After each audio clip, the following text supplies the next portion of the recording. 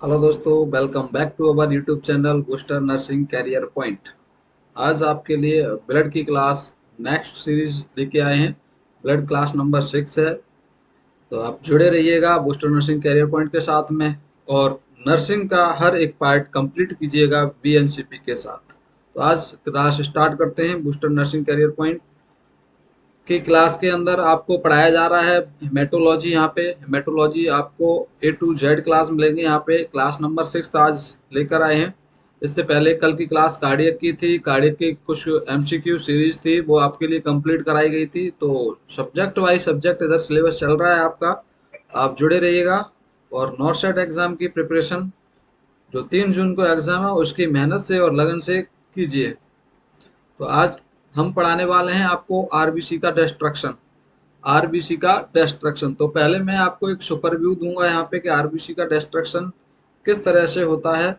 RBC का destruction जो होगा वो कौन से पार्ट में आरबीसी डिस्ट्रॉय होके यहाँ पे टूटेगी। आरबीसी का जब डिस्ट्रक्शन होगा तो आरबीसी कहाँ पे टूटेगी और उससे कौन से कंपोनेंट बाहर निकलेंगे। तो ये यहाँ पे आपको ओवरव्यू दिख रहा होगा, ये पूरा मैं आपको दिखाता हूँ यहाँ पे।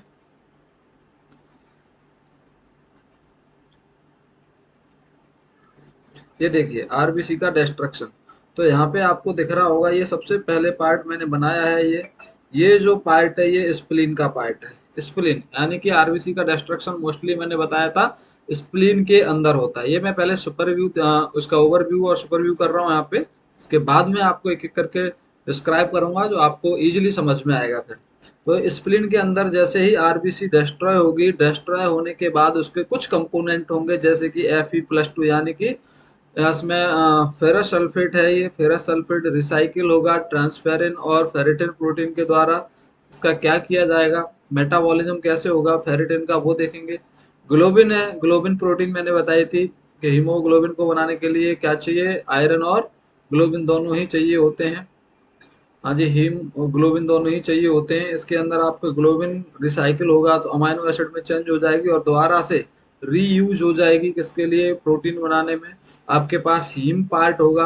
हीम हीम से क्या बनेगा, हीम कन्वर्ट हो जाता है बिलिवर्डिन में और बिलिवर्डिन कन्वर्ट हो जाएगा किसमें, बिलरूबिन में। बिलरूबिन ब्लड के साथ, ब्लड के अंदर एल्ब्यूमिन में अटैच होके कहाँ चला जाता है, सर्कुलेट होने लगता है। यानी कि ब्लड वेसल्स के अंदर सर्कुलेट होने लगेगा। सर्कुलेट होके ये कहाँ जाएगा, हीम पार्ट जाएगा लिवर के अंदर। यानी कि जब ब्लड में है तो वो अनकंजुगेटेड बिलरूबिन होता है और लिवर में इसको कन्वर्ट कर दिया जाता है कंजुगेटेड बिलरूबिन में। अब ये लिवर से सीक्रेट होगा तो कौन सी फॉर्म में निकलेगा बाहर, कंजुगेटेड बिलरूबिन में बाहर निकलेगा। फिर ये जाएगा आपके लिवर से, ये जाएगा किधर, स्मॉल इंटेस्टाइन की तरफ चला जाएगा। स्मॉल इंटेस्टाइन की तरफ चला जाएगा, वहां से ये जाएगा आपके सर्कुलेशन में और कुछ पार्ट चला जाएगा आपके लार्ज इंटेस्टाइन में।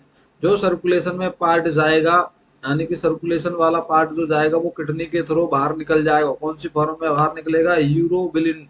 यूरोबिलिन क्या बोलेंगे उसको, यूरोबिलिन में। और जो स्टूल के थ्रू बाहर निकलेगा उसको हम क्या बोलते हैं, स्टर्कोबिलिन। इस तरह से ये दो पार्ट में बाहर निकल जाता है बॉडी से बिलरुबिन। तो ये सब पूरी प्रोसेस देखने वाले हैं हम, इतनी प्रोसेस वन बाई वन हम सारी अच्छे से प्रोसेस पढ़ेंगे कि आरबीसी का डिस्ट्रक्शन होने के बाद जो हीम होगा उसका क्या होगा, ग्लोबिन होगा उसका क्या होगा, और इसके अंदर आयरन होगा उसका हम क्या करेंगे। तो सबसे पहले हम देख रहे हैं आरबीसी का डिस्ट्रक्शन। चलिए तो क्लास के अंदर हम आपको ले चलते हैं।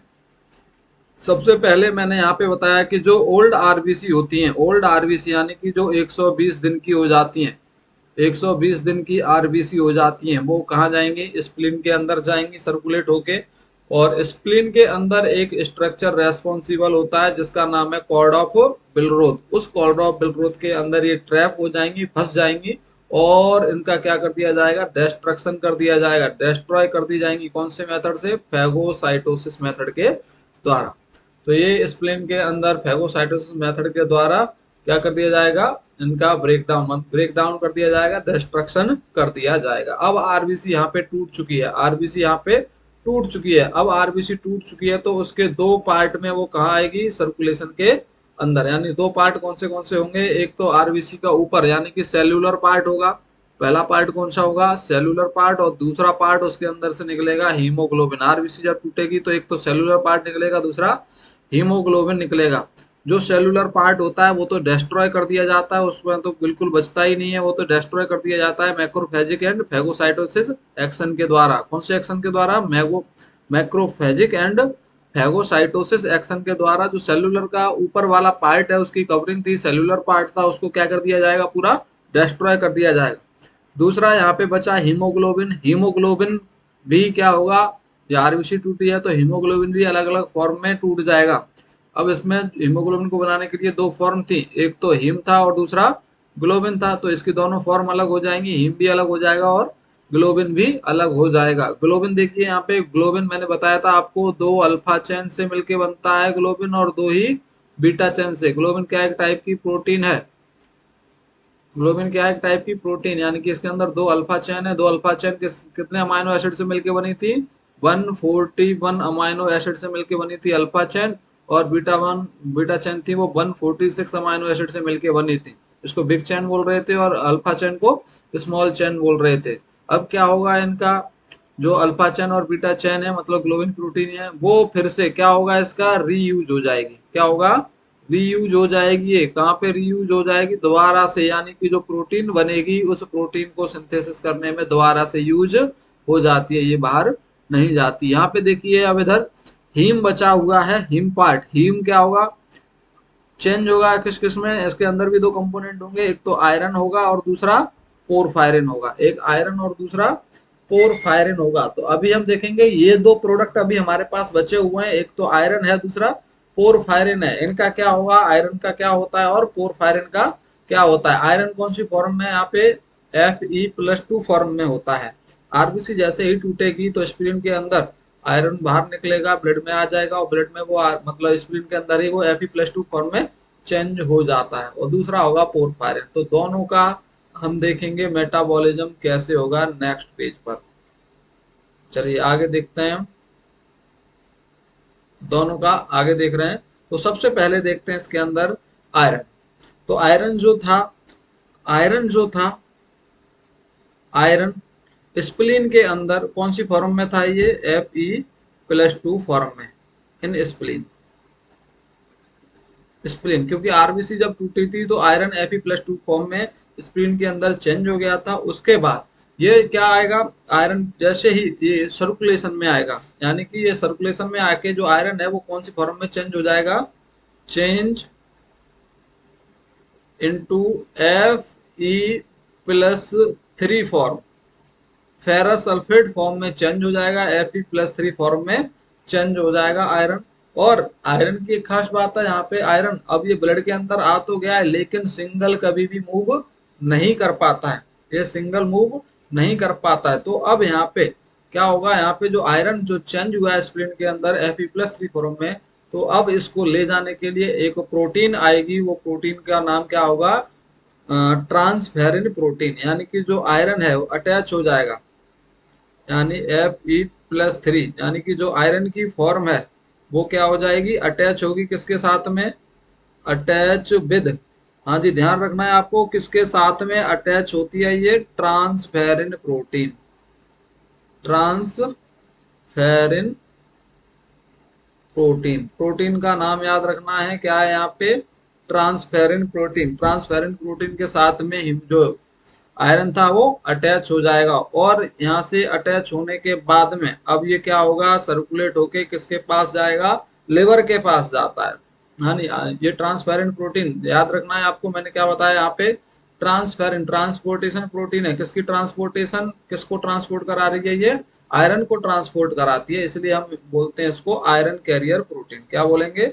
Iron carrier protein. आयरन को कैरी करने वाली प्रोटीन नाम है उसका ट्रांसफेरिन प्रोटीन। आयरन को कैरियर करने वाली प्रोटीन नाम है उसका ट्रांसफेरिन प्रोटीन। ये ट्रांसफेरिन प्रोटीन क्या करेगी? इस Fe+3 फॉर्म को कहाँ ले जाएगी? लिवर के अंदर। कहाँ ले जाएगी? लिवर के अंदर। ये इस तरह से लिवर के अंदर ले जाने का काम करेगी। और लिवर के अंदर ही अब जो ट्रांसफेरिन प्रोटीन Fe+3 फॉर्म में आई है, तो वहां पे जो Fe+3 है, Fe+3 ये क्या होगा? ये अटैच हो जाएगी किसके साथ में? किसके साथ में, जो लिवर के अंदर एक स्पेशल प्रोटीन प्रेजेंट होगी उसको बोलते हैं iron storage protein, iron storage protein. हाँ जी, ट्रांसफेरेंट प्रोटीन तो इसको पकड़ के लेके आ रही है सर्कुलेशन से लिवर के पास तक, और सर्कुलेशन से लिवर के पास तक लेके आ रही है। लिवर के अंदर एक स्पेशल टाइप की प्रोटीन है जिसका नाम है आयरन स्टोरेज प्रोटीन। नाम क्या है इसका, आयरन स्टोरेज प्रोटीन। ये क्या करेगी, इस आयरन को स्टोर करा के रखेगी, इस आयरन को स्टोर करा के रखेगी। इसका स्पेशल नाम होता है आयरन स्टोरेज प्रोटीन का, इसका नाम होता है फेरिटिन। क्या नाम है, फेरिटिन। फेरिटिन नाम होता है इस स्पेशल टाइप की प्रोटीन है। यहाँ पे स्पेशल टाइप की प्रोटीन थी जो कैरी कर रही थी, वो ट्रांसपेरेंट थी। और यहाँ पे लिवर के पास में जो स्पेशल टाइप की प्रोटीन है जो कैरी करा के रख, वो स्टोर करा के रखती है आयरन को, उसको हम बोलते हैं फेरिटिन। क्या बोलते हैं हम, फेरिटिन बोलते हैं। अब तक जो आयरन था वो लिवर से पहले किसके साथ अटैच था, वो ट्रांसपेरेंट प्रोटीन के साथ अटैच था, और लिवर में आके ये किसके साथ अटैच होता है, आयरन स्टोरेज प्रोटीन जिसका नाम है फेरिटिन। तो फेरिटिन प्रोटीन के साथ में क्या हो जाएगा, ये अटैच हो जाएगा। क्या होगा, अटैच हो जाएगा। चलिए नेक्स्ट देखेंगे।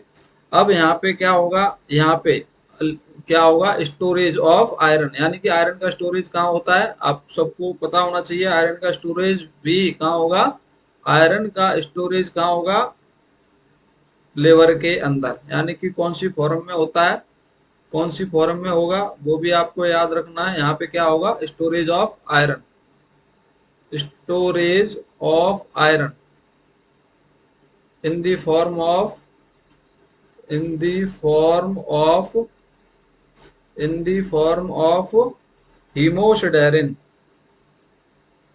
हीमोसिडेरिन, हीमोसिडेरिन।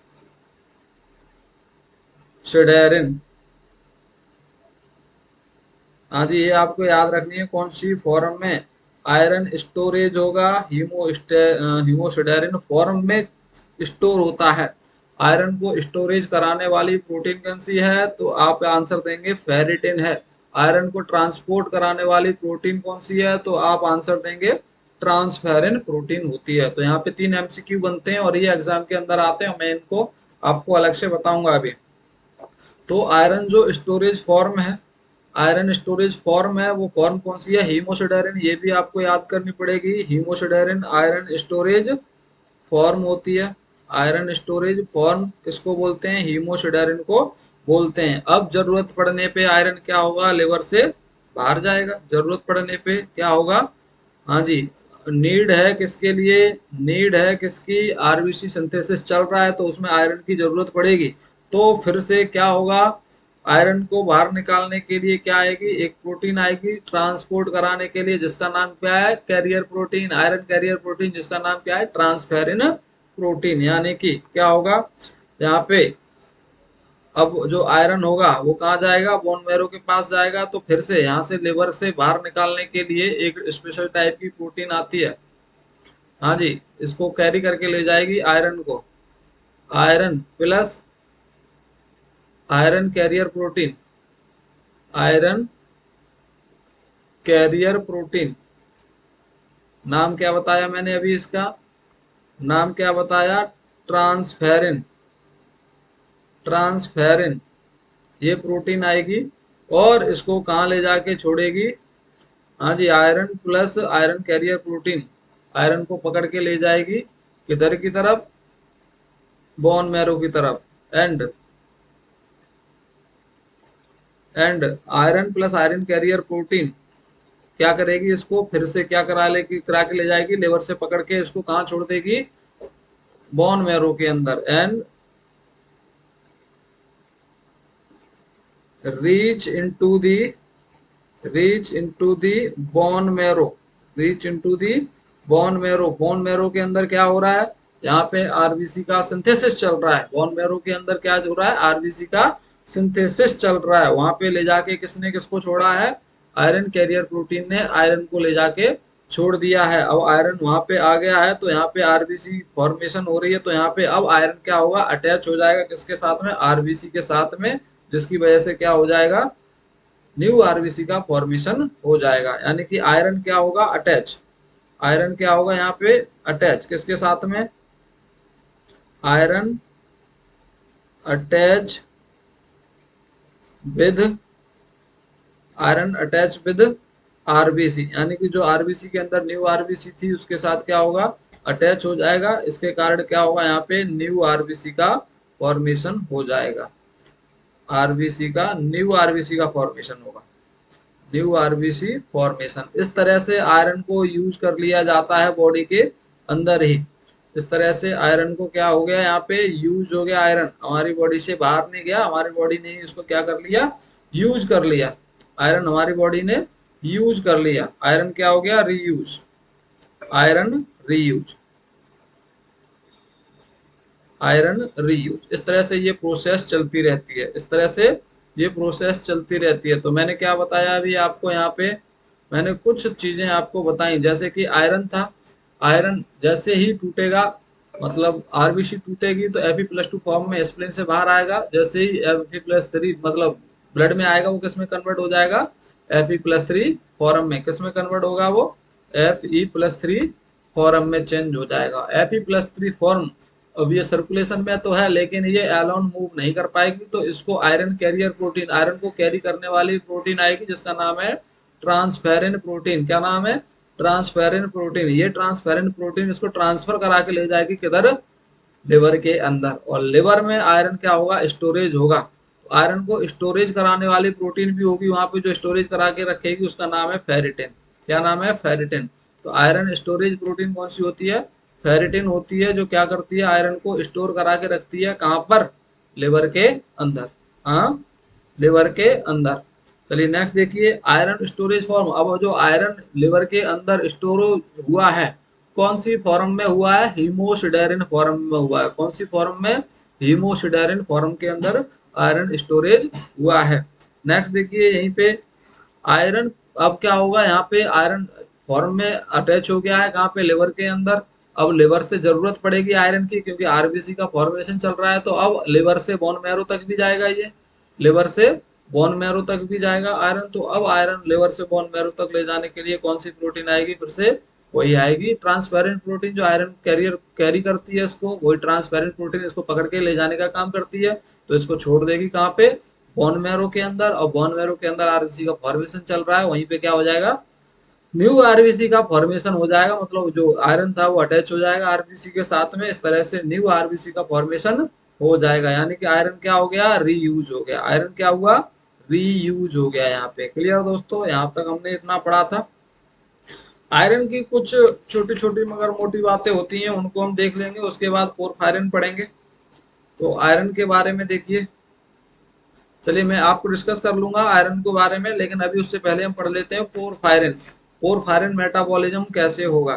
तो अभी तो हमने ये देखा है कि आयरन इस तरह से क्या हो रहा था, Fe+3 से Fe+2 से Fe+3 फॉर्म में चेंज हुआ, वहां से ट्रांसपेरेंट प्रोटीन उसको पकड़ के ले गई, और वहां से उसको फेरिटिन फॉर्म में, मतलब जो प्रोटीन थी लिवर के अंदर, उसने स्टोरेज कराया, वहां से स्टोरेज कराने के बाद फिर आयरन कैरियर प्रोटीन आई, वो उसको बोन मैरो में लेके गई, और बोन मैरो से उसका क्या हो गया, रीयूज हो गया। इस तरह से आयरन का मेटाबॉलिज्म होता है।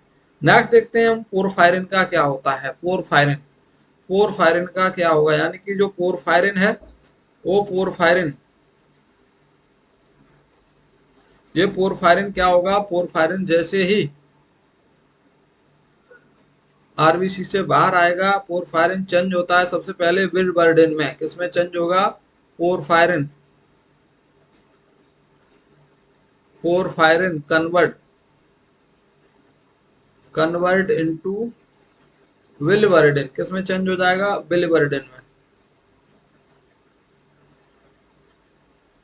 पोरफायरिन किसमें चेंज होगा, बिलिवर्डिन में चेंज होगा। और यहाँ पे दोस्तों, यहाँ पे पूछा गया है कि बिलिवर्डिन का कलर कैसा होता है, बिलिवर्डिन का कलर कैसा होता है। तो आपको याद रखना है, बिलिवर्डिन का कलर ग्रीन कलर का होता है।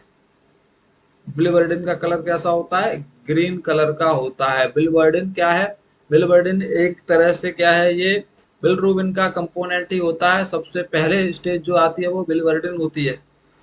जैसे ही आरबीसी टूटेगी, तो टूटने के बाद स्प्लीन के अंदर सबसे पहले पोरफायरिन जैसे ही बाहर निकलेगा तो वो चेंज हो जाता है किसमें, बिलिवर्डिन में, जो कि ग्रीन कलर का सबस्टेंस होता है, ये कंपोनेंट होता है बिलिरुबिन का। अब ये जो बिलिवर्डिन है वो ब्लड के अंदर चेंज हो जाएगा किसमें, बिलिरुबिन में। बिलिवर्डिन कन्वर्ट इनटू बिलिरुबिन, किसके अंदर चेंज हो जाएगा, बिलिरुबिन के अंदर कन्वर्ट हो जाएगा, और बिलिरुबिन के अंदर कन्वर्ट हो जाएगा तो फिर यहाँ पे कलर भी चेंज हो जाता है। अगर बिलिवर्डिन का कलर पूछा है तो आप बताएंगे क्या, ग्रीन कलर, और बिलिरुबिन का कलर पूछा है तो क्या बताएंगे, येलो कलर।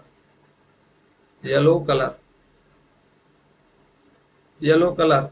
बिलिवर्डिन का कलर होता है ग्रीन कलर, और बिलिरुबिन का कलर होता है येलो कलर। ये जो बिलिरुबिन है किस टाइप की बिलिरुबिन है, ये अनकॉन्जुगेटेड बिलिरुबिन है। किस टाइप की बिलिरुबिन है ये, unconjugated bilirubin. Unconjugated bilirubin, bilirubin ये कौन से टाइप की है, अनकॉन्जुगेटेड बिलिरुबिन है ये, यानी कि ये कैसी है, फैट सॉल्युबल है, फैट सॉल्युबल बिलिरुबिन है ये। वाटर इनसॉल्युबल बिलिरुबिन बोल सकते हैं इसको, वाटर इनसॉल्युबल। वाटर के अंदर ये घुलनशील नहीं है, फैट के अंदर ये घुलनशील होती है ना। ये बिलिरुबिन में चेंज हो गया, यानी अनकॉन्जुगेटेड बिलिरुबिन में चेंज हो गया। अब अनकॉन्जुगेटेड बिलिरुबिन क्या होगा, अनकॉन्जुगेटेड बिलिरुबिन अब फिर से कहाँ जाएगा, ये अनकॉन्जुगेटेड बिलिरुबिन लिवर के अंदर। लिवर के अंदर इसको कौन पकड़ के ले जाएगा, एल्बुमिन, यानी कि अनकॉन्जुगेटेड बिलिरुबिन जो होती है वो अटैच हो जाती है किसके साथ में, एल्बुमिन के साथ में। किसके साथ, एल्बुमिन प्रोटीन के साथ। एक मिनट, यहाँ पे स्पेलिंग मिस्टेक हो गई है। एल्बुमिन, एल्बुमिन प्रोटीन के साथ में अटैच हो जाएगा, और जैसे ही अटैच होगा वैसे ही अनकॉन्जुगेटेड बिलिरुबिन किसमें चेंज हो जाएगा, एंटर हो जाएगा। अनकॉन्जुगेटेड बिलिरुबिन एंटर हो जाएगा किसके अंदर, एंटर इनटू दी लिवर।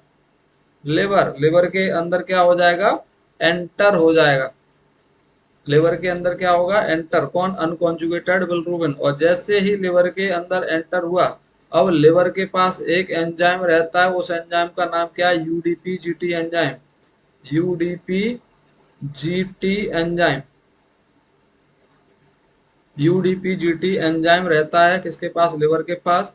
वो अनकॉन्जुगेटेड बिलिरुबिन को किसमें चेंज कर देगा, अनकॉन्जुगेटेड बिलिरुबिन को, अनकॉन्जुगेटेड बिलिरुबिन को चेंज कर देगा, convert, convert into conjugated bilirubin. Conjugated bilirubin, जो अनकॉन्जुगेटेड बिलिरुबिन था वो किसमें चेंज हो गया, कॉन्जुगेटेड बिलिरुबिन में चेंज हो चुका है। अब हमारे पास कैसा बिलिरुबिन है, कॉन्जुगेटेड बिलिरुबिन है। इस कॉन्जुगेटेड बिलिरुबिन को हम क्या बोलते हैं, वाटर सॉल्युबल। क्या, वाटर सॉल्युबल बिलिरुबिन, क्या बोलेंगे इसको, वाटर सॉल्युबल बिलिरुबिन। अब ये जो फॉर्म है बिलिरुबिन की वो वाटर सॉल्युबल है, यानी कि अब ये घुलनशील है, यानी घुलनशील है। इसको ही हम बोल सकते हैं lipid insoluble, lipid insoluble bilirubin,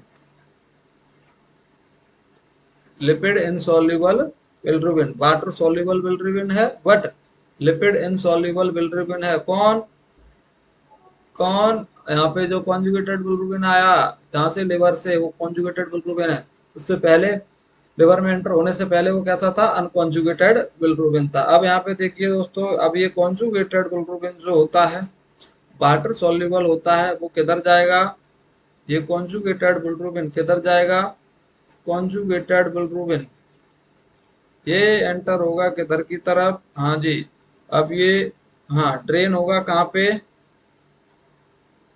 drain into liver के द्वारा इसको कहाँ छोड़ दिया जाएगा, drain into small intestine, small intestine, small intestine के अंदर इसको छोड़ दिया जाएगा। और स्मॉल इंटेस्टाइन से क्या होगा, स्मॉल इंटेस्टाइन से अब ये क्या होगा, दो तरफ निकल जाएगा। स्मॉल इंटेस्टाइन से कुछ तो एब्जॉर्ब हो जाएगा और कुछ लार्ज इंटेस्टाइन की तरफ चला जाएगा।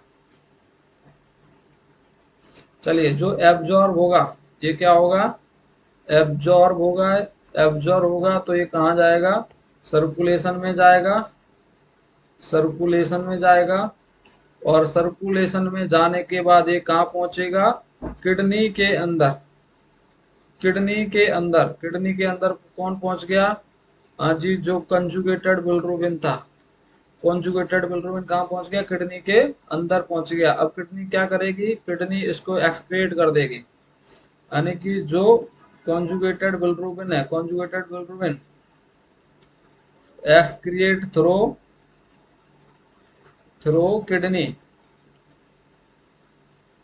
कॉन्जुगेटेड बिलिरुबिन बाहर निकलेगा किडनी के थ्रू, किस फॉर्म में, यानी कि किडनी के थ्रू या फिर यूरिन के थ्रू बोल सकते हैं इसको, किस फॉर्म में, in the form of, in the form of urobilin, in the form of urobilin. लीजिए एक और क्वेश्चन आ गया,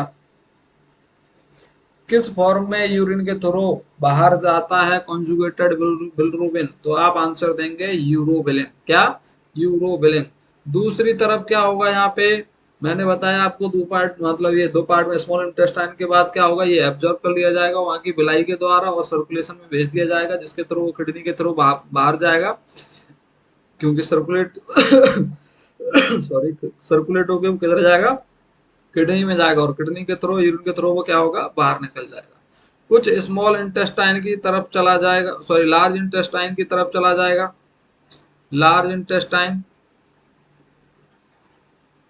लार्ज इंटेस्टाइन, कुछ बिलिरुबिन लार्ज इंटेस्टाइन की तरफ जाएगा, और लार्ज इंटेस्टाइन की तरफ से जाके वो किधर जाएगा, लार्ज इंटेस्टाइन से क्या होगा, बाहर निकलेगा, excrete through stool, excrete through stool, excrete through stool, stool in the form of, in the form of, हाँ जी, यहाँ पे भी नाम याद रखना है, कौन सी फॉर्म में बाहर जाता है, स्टरकोबिलिन, कौन सी फॉर्म में बाहर जाएगा, स्टरकोबिलिन फॉर्म में बाहर जाएगा, कौन, बिलिरुबिन।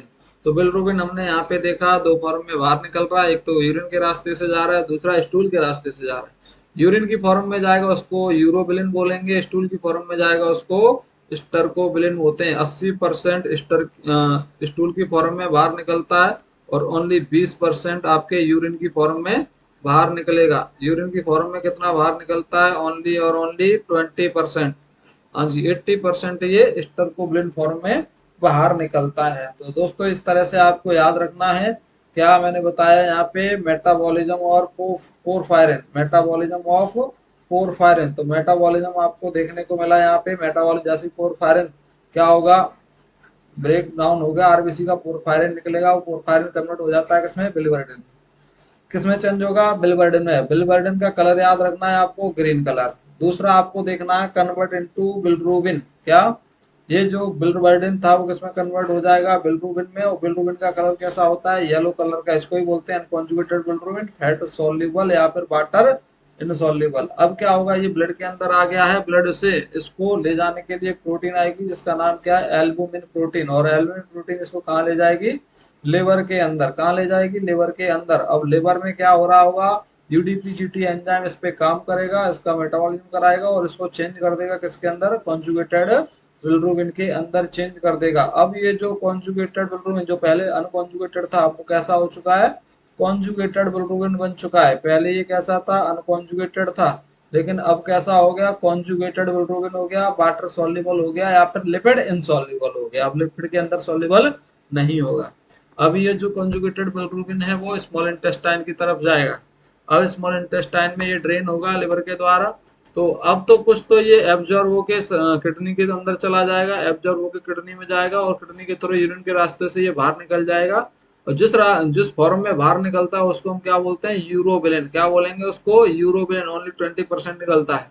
कुछ लार्ज इंटेस्टाइन की तरफ जाएगा तो स्टूल के थ्रू बाहर निकलेगा, स्टूल के थ्रू जो इसका जो बाहर निकलेगा मटेरियल उसको हम क्या बोलेंगे, स्टरकोबिलिन, क्या बोलेंगे, स्टरकोबिलिन। ये कितना परसेंट निकलता है, 80% निकलता है, कितना, 80% निकलता है। क्लियर दोस्तों, इस तरह से हमने देखा metabolism of iron and porphyrin दोनों ही देख चुके हैं। चलिए नेक्स्ट देखेंगे। कुछ इंपॉर्टेंट पॉइंट हैं आयरन से रिलेटेड। आयरन से रिलेटेड कुछ इंपॉर्टेंट पॉइंट, यानी कि आयरन है, आयरन का मेन सोर्स क्या है? Main source, main source of iron कहाँ से मिलता है आयरन हमको? तो आंसर देंगे आप green leafy vegetable, green leafy vegetable, green leafy vegetable main source है किसका? आयरन का। दूसरा, कितना लॉस होता है आयरन? आयरन कितना लॉस होता है? तो आपको आंसर देना है 1 mg पर डे लॉस होता है। कितना? 1 mg पर डे लॉस होता है। नेक्स्ट क्वेश्चन जो बहुत इंपॉर्टेंट है, परसेंटेज ऑफ एब्जॉर्प्शन रेट। क्या देखेंगे? Percentage of absorption rate. Absorption rate किसकी? एब्जॉर्प्शन रेट देख रहे हैं हम आयरन की। रेट किसकी देख रहे हैं? आयरन की। कितना परसेंट एब्जॉर्ब होता है? तो ध्यान रखना 10 mg पर डे एब्जॉर्ब होता है, यानी कि 100 mg लोगे आप, उसमें से कितना आयरन एब्जॉर्ब हो पाएगा? ओनली 10 mg एब्जॉर्ब हो पाता है। कितना? 10 mg एब्जॉर्ब हो पाता है। नेक्स्ट आपको याद रखना है एब्जॉर्प्शन साइट, आयरन की absorption site, iron absorption site, iron absorption site. तो आंसर देना है क्या होगा? Iron absorption site duodenum. क्या? डिओडिनम। डिओडिनम क्या है? आयरन की एब्जॉर्प्शन साइट है। आयरन इधर जाके क्या होता है? एब्जॉर्ब होता है। आपको याद रखना है इस डिओडिनम के अलावा और जेजुनम होता है, उसमें क्या क्या एब्जॉर्ब होता है? तो नोट करके लिख लेंगे, ये पॉइंट बहुत इंपॉर्टेंट है।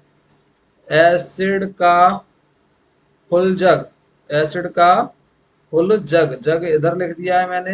ये एसिड है, ये का है, ये फुल है। एसिड मतलब बोले तो amino acid, amino acid, acid बोले तो अमाइनो एसिड, का बोले तो कैल्शियम, और फुल बोले तो फॉलिक एसिड, फॉलिक एसिड। इस तरह से तीन कंपोनेंट हैं, तीन कंपोनेंट। इनका एब्जॉर्प्शन कहाँ होगा? जग से आपको याद रखना है क्या? जेजूनम। जग से क्या याद रखना है? जेजूनम। यानी कि एब्जॉर्प्शन कहाँ होगा? Absorption in jejunum part. कहाँ पे? जेजूनम पार्ट के अंदर एब्जॉर्प्शन होता है किसका? अमाइनो एसिड का, कैल्शियम का और फॉलिक एसिड का। कहाँ पे होगा? जेजूनम पार्ट में एब्जॉर्प्शन होता है। नेक्स्ट आपको याद रखना है, आपके इंटेस्टाइन के, स्मॉल इंटेस्टाइन के तीन पार्ट होते हैं। स्मॉल इंटेस्टाइन के कितने? तीन पार्ट होते हैं। एक होता है डिओडिनम, डिओडिनम, दूसरा होता है जेजूनम, और तीसरा पार्ट जो होता है इसका, लास्ट पार्ट जो होता है, उसको हम क्या बोलते हैं? Terminal ileum. क्या बोलेंगे? इलियम। तो ये स्मॉल इंटेस्टाइन के तीन पार्ट हैं, एक डिओडिनम और एक आपका होगा जेजुनम और एक होगा इलियम। तो यहाँ पे देखना है क्या क्या एब्जॉर्प्शन होता है। डिओडिनम में किसका एब्जॉर्प्शन होगा? डिओडिनम में एब्जॉर्प्शन किसका होता है? डिओडिनम में अभी तो बताया आपको किसका एब्जॉर्प्शन होता है? आयरन का। किसका? आयरन का एब्जॉर्प्शन ड्यूडिनम पार्ट में होता है। जेजुनम में किसका होता है? फॉलिक एसिड या फिर विटामिन B9 का, और टर्मिनल इलियम में होता है विटामिन, विटामिन B12 का। इस तरह से आपको ये भी याद रखना है कि कौन से पार्ट में किस चीज का एब्जॉर्प्शन हो रहा है। दूसरा, अमाइनो एसिड, कैल्शियम और फॉलिक एसिड, ये तीनों आपको एक ही चीज में याद कर लेना, जेजुनम में एब्जॉर्प्शन होता है। क्लियर दोस्तों? कुछ और इम्पोर्टेंट पॉइंट हैं अभी इससे रिगार्डिंग। अभी मैंने आपको बताया था, समझाया था अभी कि आयरन की स्टोरेज करने वाली प्रोटीन जो होती है, आयरन कैरियर प्रोटीन जो होती है, या फिर और जो डिफरेंट डिफरेंट टाइप की प्रोटीन थी, स्टोरेज करने वाली प्रोटीन थी, एक उसको क्या ट्रांसपोर्ट करने वाली प्रोटीन थी, उनके बारे में कुछ इंपॉर्टेंट पॉइंट। चलिए देखिए, सबसे पहले देख रहे हैं Fe+3 फॉर्म में था ब्लड के अंदर आयरन, और वो अटैच हो गया था किसके साथ में? किसके साथ में अटैच हो रहा था ये?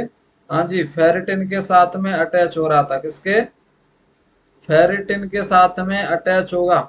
तो यहाँ पे कौन सी फॉर्म बनेगी? यानी iron storage form, iron storage form कौन सी फॉर्म में चेंज हो गया? ये हीमोसिडेरिन, हीमोसिडेरिन।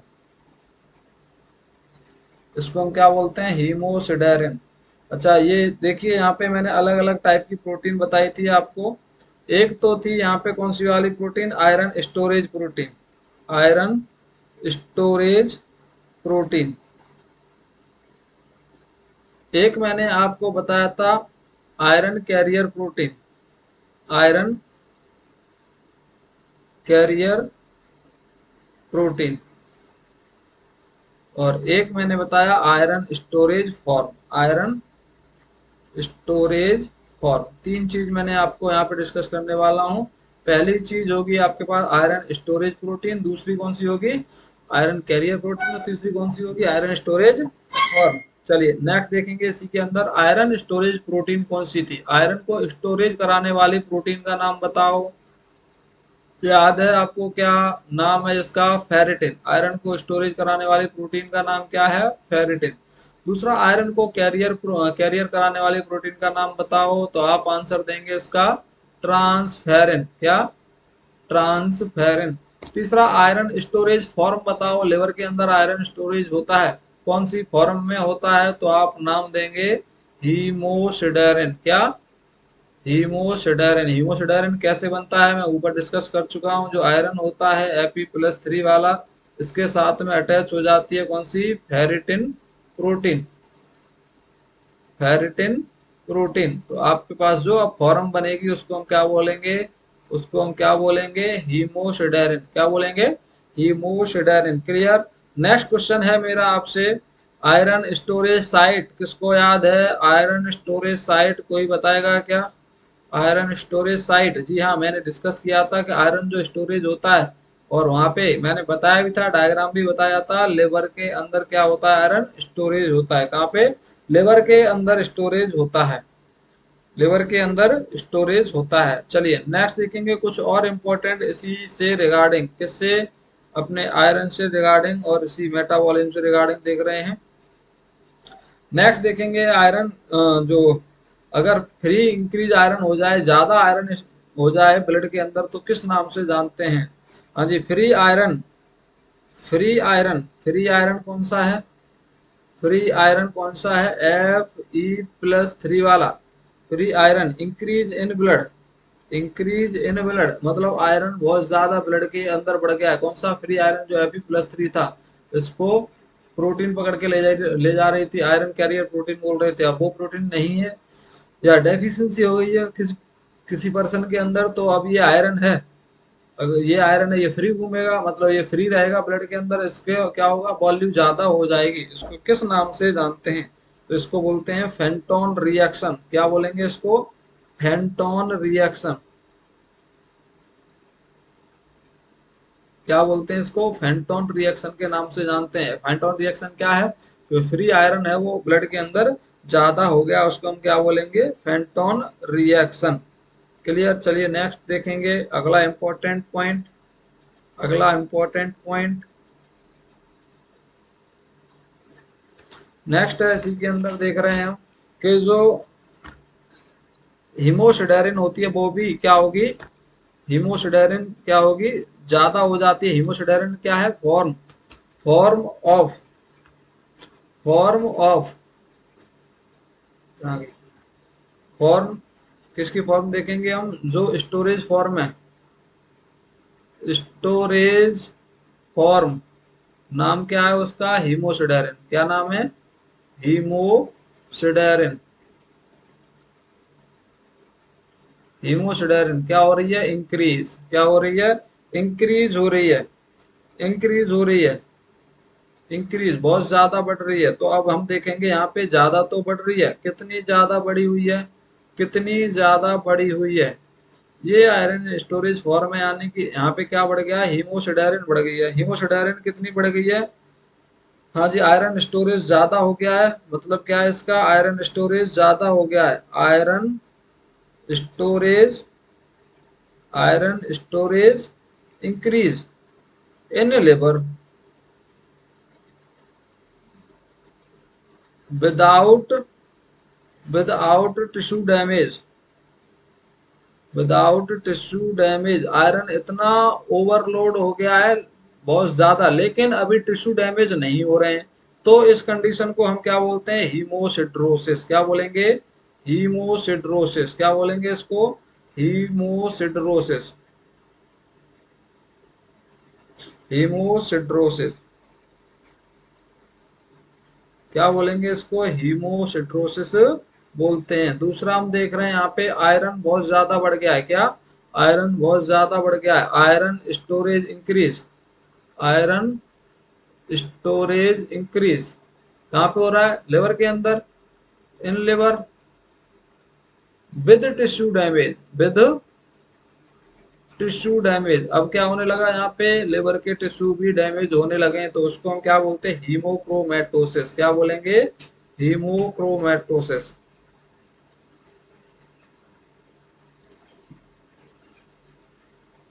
हीमोक्रोमेटोसिस। तो यहाँ पे आयरन ओवरलोड हो रहा है, दोनों ही कंडीशन में हो रहा है। कौन सा आयरन ओवरलोड हो रहा है, स्टोरेज फॉर्म जो थी, स्टोरेज फॉर्म क्या था, हीमोसिडेरिन, उसका ओवरलोड हो रहा है। ओवरलोड ज्यादा हो रहा है, बट यहाँ पे सेल टिश्यू डैमेज नहीं है, यानी कि without tissue cell damage.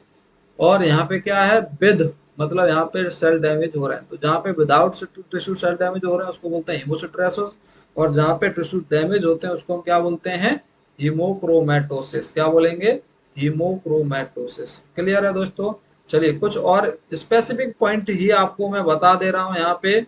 Colour of बिलिवर्डिन बताओ, कलर ऑफ बिलिवर्डिन। बिलिवर्डिन का कलर क्या था दोस्तों, ग्रीन कलर। क्या था, green colour.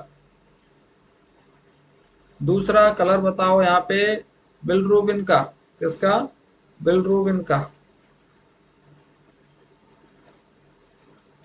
Colour of bilirubin,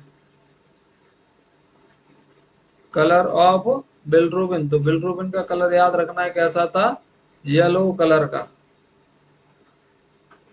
yellow colour. Clear. चलिए नेक्स्ट बताओ, name of enzyme, name of enzyme which convert, which convert, which convert unconjugated bilirubin into conjugated bilirubin in the liver, in the liver, liver के अंदर unconjugated bilirubin से conjugated bilirubin में convert करने वाले enzyme का नाम, UDP GT enzyme. क्या था, यूडीपी जीटी एंजाइम। क्लियर है दोस्तों। चलिए नेक्स्ट मैं आपसे पूछूंगा, हाँ जी नेक्स्ट पूछूंगा मैं आपको, हाँ जी, form of, form of bilirubin, form of bilirubin in the urine, in the urine, urine के अंदर किस फॉर्म में बिलरूबिन बाहर निकल रहा था। तो आपको राइट आंसर क्या देना पड़ेगा यहाँ पे, क्या था, यूरोबिलिन। कौन सी फॉर्म, यूरोबिलिन, या हम इसी को बोल सकते हैं यूरोबिलिनोजन। कौन सी फॉर्म में, यूरोबिलिनोजन फॉर्म के अंदर। चलिए दूसरा, एक लास्ट और आपको क्वेश्चन याद करना है। यहाँ पे मैं सारे क्वेश्चन लिखा दिए हैं आपको पीछे से, तो क्वेश्चन में क्या होगा, आपको इजिली आप कैच कर पाएंगे कि क्या चीज पूछी गई है इसके अंदर। हाँ जी, तो नेक्स्ट क्वेश्चन है, form of bilirubin, form of bilirubin in the stool, यानी स्टूल के थ्रू जो बाहर जाता है बिलरूबिन, वो कौन सी फॉर्म में जाता है, उसका नाम क्या था। तो नाम बताएंगे स्टरकोबिलिन, स्टरकोबिलिन, या फिर हम बोल सकते हैं स्टरकोबिलिनोजन, स्टरकोबिलिनोजन। क्लियर दोस्तों। इस तरह से आपको याद रखना है, form of iron in the stool and form of iron in the urine, दोनों ही याद रखना है। ऐसा एंजाइम बताओ जो लिवर के अंदर अनकॉन्जुगेटेड बिलिरुबिन को कॉन्जुगेटेड करता है, यूडीपी जीटी एंजाइम। कौन सा होता है, UDP GT enzyme. Clear. Next question इससे पहले था, कलर ऑफ बिलिरुबिन, बिलिरुबिन का कलर कैसा था।